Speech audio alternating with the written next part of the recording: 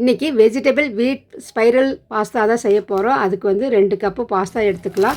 நல்லா தண்ணி கொதிக்கும் போது போட்டுட்டு அதுக்குள்ள கொஞ்சம் உப்பும் எண்ணெயும் ஊற்றிட்டோம்னா ஒன்றோடு ஒன்று ஒட்டாமல் வரும். இப்போ நம்ம நல்லா வெந்த பிறகு எடுத்து வடிகட்டி வச்சுக்கலாம். நம்மளுக்கு தேவையான வெஜிடபிள்ஸ் எடுத்து வச்சுக்கலாம். இஞ்சி பூண்டு விழுது, பீன்ஸு, கேரட்டு, தக்காளி, கேப்சிகம் எல்லாம் எடுத்து வச்சுக்கிறோம். இஞ்சி பூண்டு விழுது எண்ணெயில் நல்லா வதக்கிட்டு கேரட்டு, பீன்ஸு போட்டு அந்த எண்ணெயிலேயே நல்லா இஞ்சி பூண்டோடு சேர்த்து வதக்கும்போது நல்லா டேஸ்ட்டாக இருக்கும். வெங்காயம் அப்புறமா தான் நம்ம போடுறோம்.